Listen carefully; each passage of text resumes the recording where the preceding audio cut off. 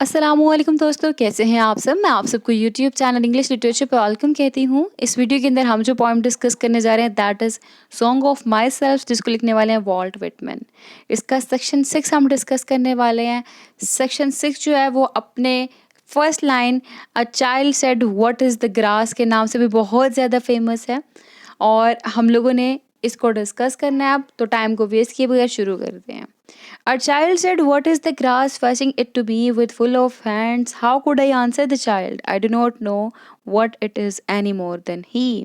कहते एक बच्चा मेरे पास आया, उसने अपना हाथ को घास के साथ भरा हुआ था और उसने उसने मुझसे आकर पूछा कि ये घास क्या है। फिर कहते मैं चाइल्ड को कैसे आंसर करता, क्योंकि जितना उस चाइल्ड को पता था उतना ही मुझे पता था उस घास के बारे में। फिर ये कहते हैं I guess it must be the flag of my disposition out of hopeful green stuff woven. कहते हैं मुझे लगता है ये जो घास है ना, जितनी भी नेचर है उनका झंडा है। जैसे हर कौम का एक झंडा होता है, पाकिस्तान का अपना, इंडिया का अपना, बांग्लादेश का अपना, हर मुल्क का हर कौम का अपना झंडा होता है। मुझे लगता है इस तरह से ही ये जो नेचर है ना, नेचर का झंडा है घास। घास ग्रीन कलर की होती है तो इसका मतलब ग्रीन सिंबल है होप का। यहाँ पे हो सकता है कि घास जो है वो होप प्रोवाइड करती है सारी नेचर को। तो इसके बाद वो कहते हैं और I guess it is the handkerchief of the Lord, a scented gift and remembrance designedly dropped bearing the owner's name some way in the corners that we may see and remark and say whose। कहते हैं और मुझे लगता है शायद ये God का handkerchief है, रुमाल है, जिसका पर्पस ये है कि हम लोगों को रिकॉल करवाया जाए कि इन पूरी वर्ल्ड का ऑनर जो है वो कौन है, ये पूरी वर्ल्ड जो है किसकी पावर में है। ठीक है, मीन्स इसका पर्पस, इस हैंकरचीफ का पर्पस ये है कि हम लोगों को लॉर्ड की जो पावर है ना उसकी रिमेम्बरेंस करवाई जाए। फिर कहते हैं और I guess the grass is itself a child the produced babe of the vegetation.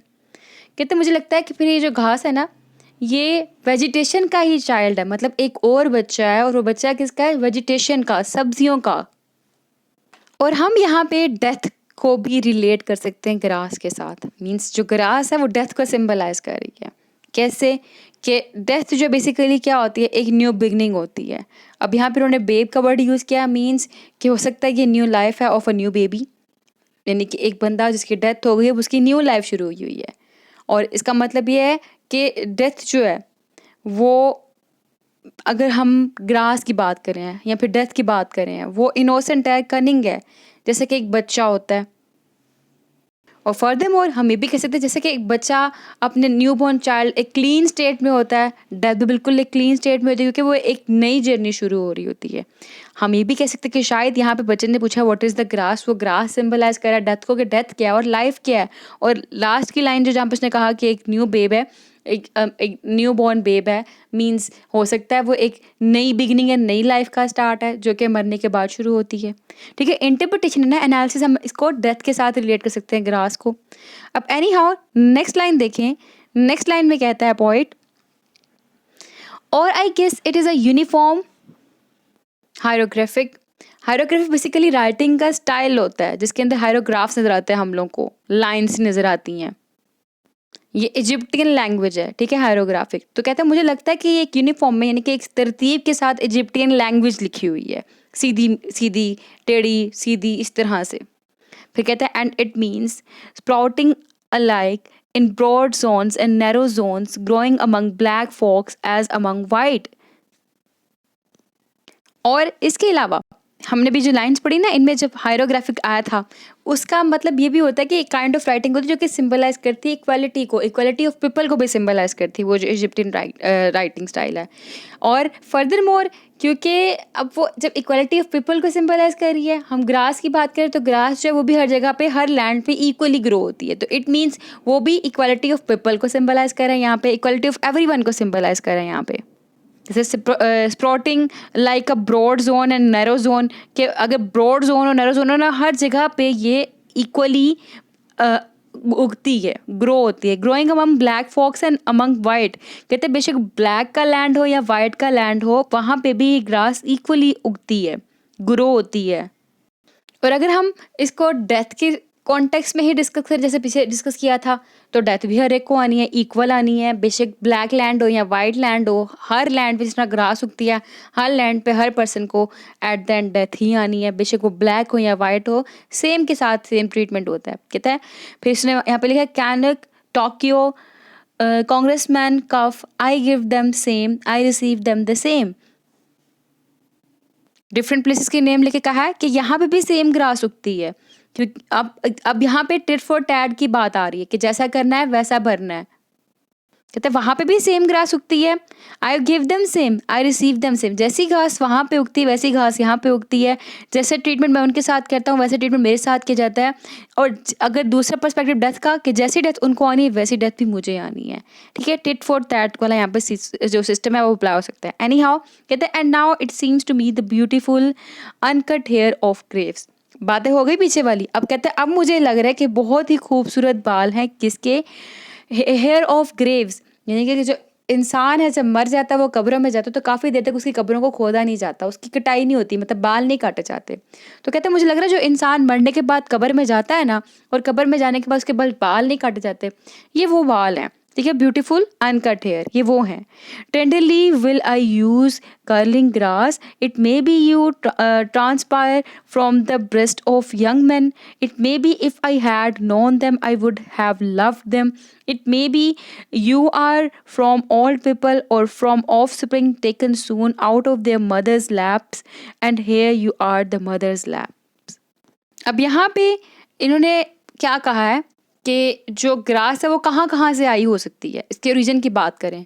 कहता है हो सकता है एक यंग मैन की ब्रेस्ट से आई हो, जिससे अगर मिला होता तो उसे बहुत मोहब्बत देता। हो सकता है ये कि जो ओल्ड मैन होते हैं, ओल्ड पीपल हैं, उनकी डेथ हो गई है, उनकी जो बॉडी बाकी बची है वहाँ से उगी हो सकता है जो औरतें हैं वहाँ से उगी हो, या जो बच्चे हैं जो बहुत ही ज़्यादा यंग एज में यानी कि पैदा होते साथ ही मर जाते हैं, वहाँ से एक घास आई हो। या फिर जो मदर्स होती हैं जो अपने बच्चों को पैदा करती हैं और पैदा करने के बाद फ़ौरन बाद उनकी डेथ हो जाती है, हो सकता है ये उनकी जो ग्रेव है वहाँ से घास आई हो। मतलब इन लाइन्स में डिफरेंट पॉसिबिलिटीज़ बताई हैं, क्योंकि पहले तो उसने कहा है ना कि ये जो ज़मीन से उगती है, ज़मीन के नीचे कौन होते हैं, डेड बॉडीज़ होती हैं, और ये उनकी डेड बॉडीज़ से ग्रो हो रही है। और वो डेड बॉडीज़ कौन कौन सी हैं, उसने कहा कि ये ओल्ड मैन की भी हो सकती है, या एक विमेन की भी हो सकती है, एक औरत जो अपने बच्चों को पैदा करके फ़ौरन मर जाती है उसकी भी हो सकती है, या फिर एक जो बच्चा जो कि बहुत यंग एज में डेथ होती है उसकी भी हो सकती है, ठीक है। मतलब ये सारी उसके बॉडी से ग्रो हो सकती हैं, उसकी क्रॉप से ग्रो हो सकती हैं डेड, ये जो ग्रास है। फिर है, this grass is very dark to be from the white heads of the old mothers. कहता है कि ये किसी बूढ़ी ओल्ड मदर यानी कि किसी बूढ़ी माँ की नहीं हो सकती। क्यों? ग्रास जब डार्क है और जो ओल्ड मैन है, ओल्ड विमेन है, ओल्ड मदर है, उनके बाल क्या है, सफ़ेद है। कहते हैं ये उनकी ग्रास नहीं हो सकती, ये उनसे नहीं हो सकती।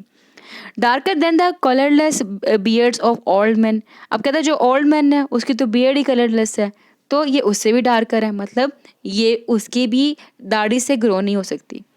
Dark to come from under the faint red roofs of mouths. कहते हैं ये जो इंसान के बड़े बड़े मुंह होते हैं जिनसे वो ज़ुबान जो होती है, उस ज़ुबान से जो अजीबोगरीब अल्फाज बोल देता है वो, ये उसके मुंह से भी नहीं आ सकता, मतलब एक इंसान के मुंह से भी नहीं निकल सकती ये घास। तो ये घास कहाँ से निकली है? ये घास गुड डीड्स का रिजल्ट है, ठीक है। जिनके अच्छे काम थे उनके अच्छे अमाल का रिजल्ट है, जो यंग थे उनसे निकली है।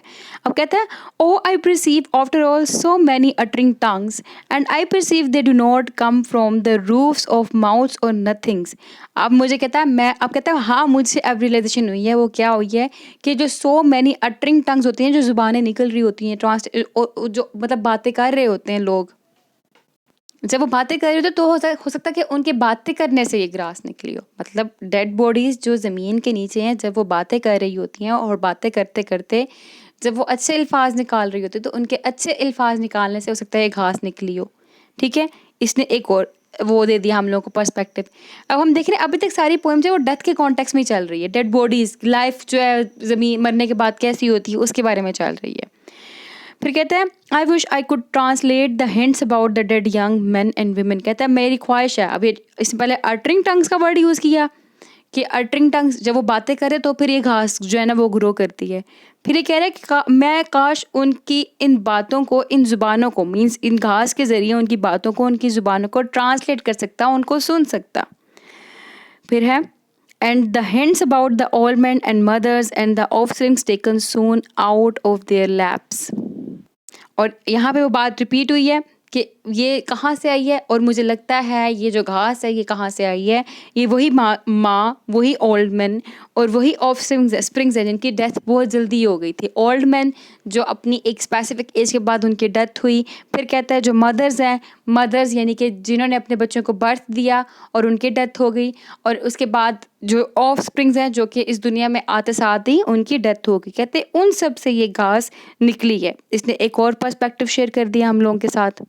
यानी लोग मर जाते हैं ना, मरने के बाद उनका नामो निशान खत्म हो जाता है, लेकिन पोएट कह रहा है मरने के बाद भी कभी भी किसी का नामो निशान खत्म नहीं होता। ये ग्रास सिंबलाइज करिए उनकी एग्जिस्टेंस को। आगे देखिए, कहता है what do you think has become of the young and old man and what do you think has become of the women and children. कि जब मैं यंग एंड ओल्ड मैन की बात करता हूँ आप क्या सोचते हैं, जब मैं विमेन एंड चिल्ड्रन की बात करता हूँ आप क्या सोचते हैं। फिर साथ ही ये कहता है they are alive and well somewhere. कहते हैं उनकी डेथ ज़रूर हुई है लेकिन वो मरे नहीं, अभी भी जिंदा हैं। एंड वेल समवेयर, कहीं पे किस जगह पे मौजूद है जहाँ के वो बहुत अच्छी हालत में है। The smallest sprout shows there is really no death and if ever there was it led forward life and does not wait at the end to arrest it. कहता है ये जो स्मॉल स्प्राउट, छोटे छोटे घास निकल रहे होते हैं ना, छोटे छोटे घास भी, ये सिंबलाइज कर रहे हैं कि यहाँ पे कोई भी डेथ नहीं है। अगर कोई इंसान जो है इस दुनिया से चला गया है तो वो कहीं ना कहीं पे अपनी ज़िंदगी गुजार रहा है, और क्या अच्छे वे में गुजार रहा है। ठीक है, क्योंकि ये जो ग्रीन है, ग्रीन होप को सिंबलाइज कर रहा है। ग्रास जो है ना वो एक इंसान की डेथ को तो सिंबलाइज कर रहा है, लेकिन डेथ के बाद उसकी होप को भी सिंबलाइज कर रहा है, उसकी न्यू जर्नी को भी सिंबलाइज कर रहा है। And ceased the moment life appeared. अब उसके बाद क्या कह रहा है, कहता है कि अब जो नया मोमेंट शुरू हुआ उसकी लाइफ के लिए, that is a blessing for him.